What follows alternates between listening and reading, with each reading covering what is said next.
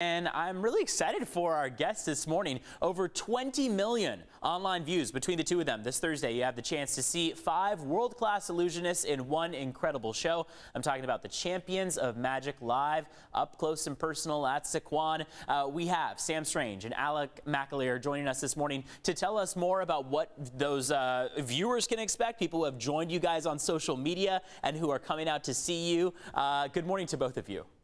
Good morning, Evan. How are you today? I'm doing great. A little known fact, when I was a kid, I actually wanted to be a magician. I took magic classes. I did a lot of practice with the cards and everything. I had the rings and everything. So what happened? What happened? Well, see, I'm still clearly performing, but I mean, we are on a different type of stage, the two of us.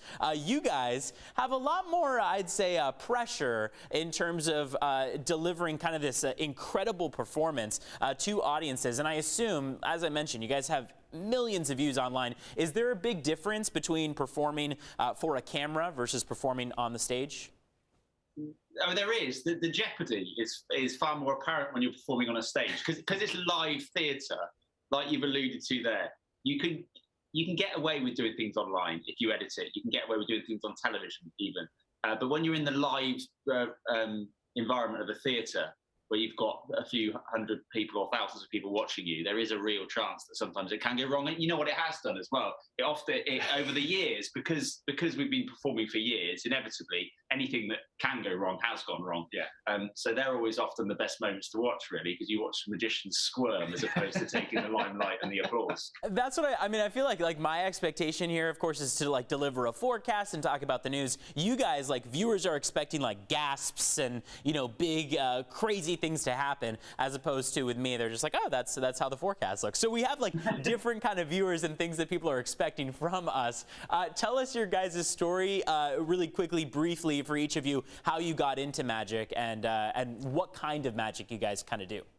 So the show we're involved in is called Champions of Magic, and there are actually 5 magicians all involved in the show, and we've each got different stories of how we got into magic. But often, a lot of magicians start in the same way that you did, Evan. You've got a magic set, and then you continue on from there, and you never really grow up, basically. But when I was about sort of 14 or 15, I was very impressed by a classical magician called Channing Pollock, and he would wear a bow tie and a top hat and a tailcoat, and he'd perform a classical style of magic at his fingertips. It's quite old-fashioned these days, but I loved it. It was pure sleight of hand, and I spent a bit of time learning it. So when I was young, I learned how to make a playing card appear at my fingertips.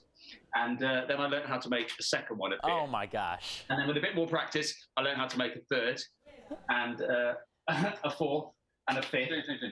What about the other hand? What about the other hand, Alex McAleer? Great question. I can do it in both hands. I had too much time in my hands. And then after a while, you can begin to learn it in both hands. And then you can finish with some fans.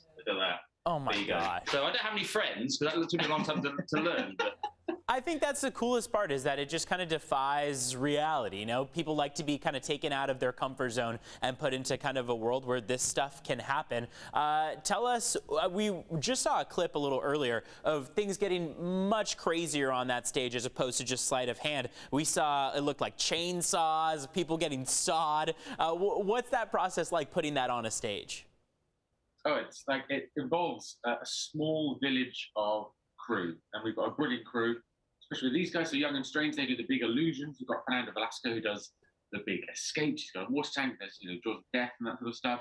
He's got it's a thing in which he could be crushed to death. I mean, it frightens me because I'm the mind reader of the show, so I just walk out on stage in a nice suit. That's all I do. But yeah, it takes a whole crew of people just to have these incredible props and illusions, to get the lights up, to get everything working as it should be. It's a spectacular show. There's not just the sleight of hand. There's not just the kind of the small stuff you might have seen at a restaurant or a kid's party. There's incredible sort of mind reading, close-up magic, illusions, that sort of stuff. Yeah. A lot of options available for people who are coming to see different types of magic. Alex, tell us your story. How did you get involved?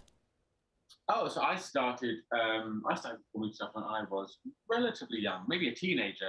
I started learning a few simple memory tricks when I was younger.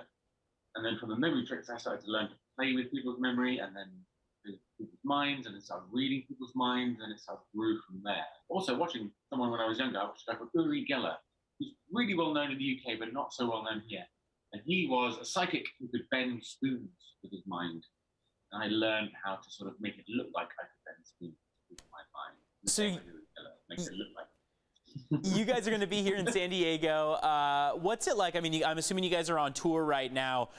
Is it crazy kind of living out of a suitcase? What's that process like for you? It's an interesting lifestyle, Evan. In fact, we flew in from the UK last night, so we're both a bit jet lagged. Yeah. And but there's always something that happens every single day. So last night we went to go and see an illusion builder in LA, who's this 82-year-old guy called John Gordon, and he designs and creates illusions. And he has this workshop, and we were looking around there. Today we're going to go to a warehouse and rehearse a new illusion called the Table of Death, where these spikes drop. So although it's highs and lows, if you'd have told 15-year-old Alex McAleer and 15-year-old Sam Soames what we were doing now, we'd be over the moon. Yeah. And remind viewers who are watching at home, we only have a few seconds left, but where they can go to find out more information, to get tickets, all that kind of stuff. Well, you go to championsofmagic.co.uk. That's got all the information you possibly want. Championsofmagic.co.uk. I'm so stoked. This is such a cool opportunity, even for like young kids to be able to come out, but adults alike, just to enjoy a night of magic. So thank you, Sam, and thank you, Alex, both of you, for joining us this morning. Oh, thank you, Evan.